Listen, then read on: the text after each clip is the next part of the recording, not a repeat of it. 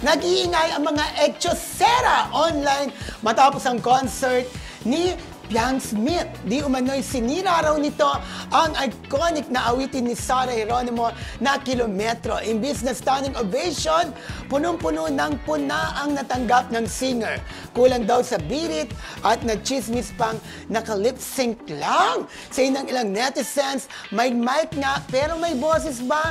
Hindi pa nagbibigay ng payag si Piang pero abangers na ang mga panay kung lalaban o magpapaka-deadma ang diba sa intriga. Uy, alam mo, naloka ako. Lahat ng performances niya, ang dami talagang comments na ano talaga.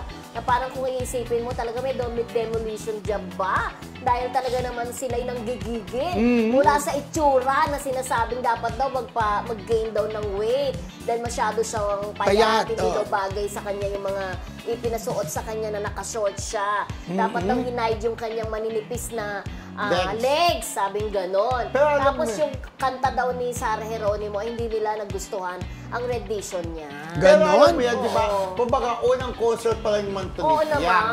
Pero sana bigyan pa natin siya ng chance at yung mga take niya as constructively, di ba? Take niya. Pero siguro sa susunod mag-concert siya, mag-improve siya. Pero yun nga, mag-gain weight. Siguro, parang ikaw dati ganyan ka nagkapay, nag-gain weight ka. Parang sa kanya, siguro mas lalo siyang gaganda kung mag-gain nga siya ng konting weight. Pero maganda si Piang. Ang cute-cute. Sabi nga nila si rin ng mga JM Piang, hindi nagbabago ang pagmamahal ng mga fanay sa kanya kahit na anong bash kay Piang. At sabi nga nila, hanggang dulo. Sabi nga dun sa kanta niya, di ba, hanggang dulo. Kung nasaan si Piang, nandun siya. At saka siguro yung iba dyan, inggit na lang, no, di ba? Kasi napuno niya ang New Frontier na ang mahal pa ng ticket. Correct. Ang mga nakagawa lang niyan, mga Sharon Cuneta, Eric Santos, at kung sino pa na nag-concert. Di ba? Kaya nga. Pero ibig sabihin SB19, tanggapin natin katotohanan. Paano niya ni Piang? In na in siya. Sikat sila ni JM Piang. In na in. JM ano to? JM Ibarra. Kasi mag-jowa na, di ba?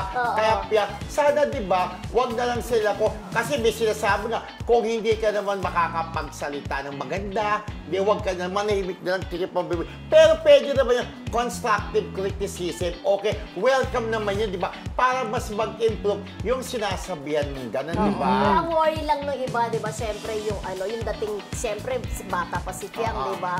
Kung paano niya hinaharap yung mga ganitong bashing, di ba? Kung kumusta yung kanyang mental health, di ba? Kasi after nito, di ba, na lugar na pulit-pulit. Pero ako naniniwala ko sa kanyang mga panay, mga supporters, mga nagmamahal sa kanya.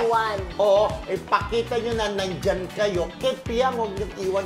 Lalo si JM, pakita mo, supportan mo yung jowa mo, JM. Kaya kapit mo, huwag mong papasin mga basyo talagang may ganyan.